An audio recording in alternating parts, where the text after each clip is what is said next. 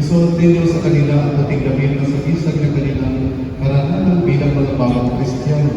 Naway manatili ko na sa pagtutugis ng kanilang karananan ito. Hanggang sa matapos. Tataya o magpapalaya.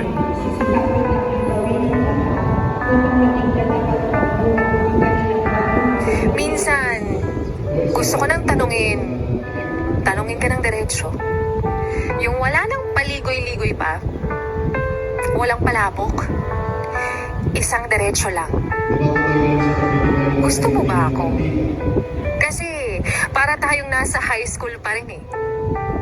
Lagi lang bala tayong magbabanatan ng pick-up lines? Lagi lang ba tayong magpaparinigan? Ayaw mo bang totohanin naman?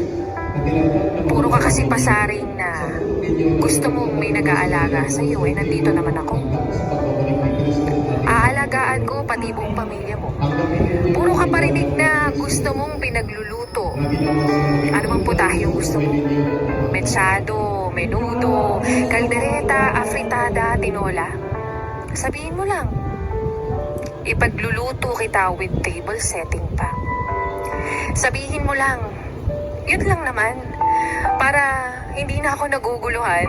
Kasi may mga araw na parang nandyan ka. Nandyan ka na para bang required. Tapos may mga araw naman na parang hindi mo ako nakikita. Parang hindi mo ako kilala. Ilang taon na ba tayong ganito? Ilang taon mo na bang ipinaparamdam sa akin yung pag-asa na baka pwede?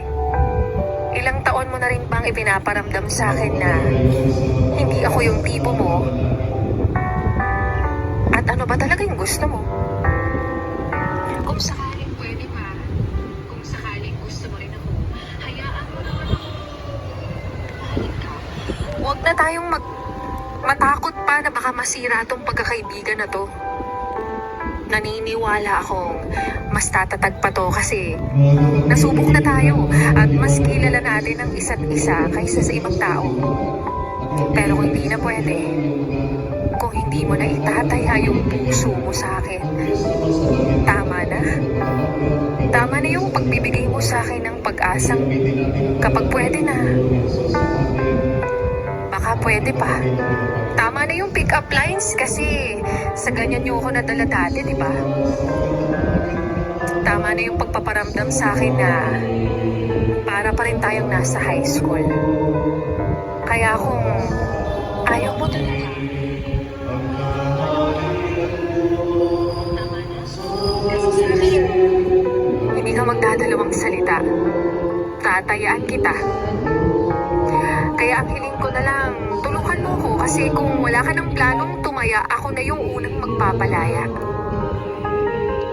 Unti-unti kong papalayain yung sarili ko para magsimula na akong tanggapin na hindi mo kayang tumaya sa tulad ko. Para matanggap ko na kahit kailanman, hindi na magiging tayo.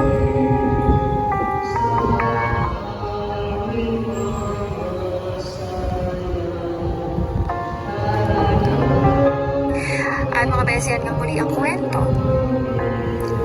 ng ating like at barista moments na pinamagatang tataya o magpapalaya.